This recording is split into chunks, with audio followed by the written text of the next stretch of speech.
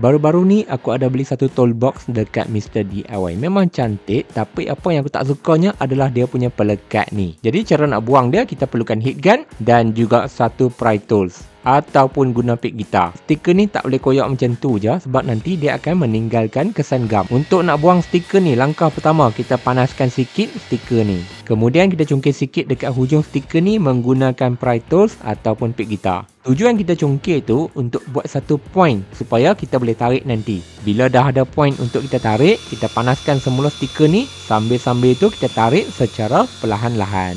Untuk pengetahuan apa, stiker yang aku nak buang ni memang dia kuat. Jadi kita tak boleh tarik ikut suka je.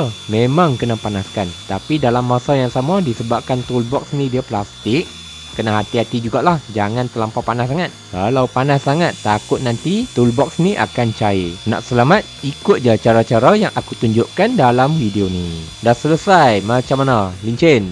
Tak ada kesan-kesan gam langsung. Dah belajar? Jangan lupa follow. Yang suka buat kerja-kerja DIY, ada satu heat gun, tak rugi pun.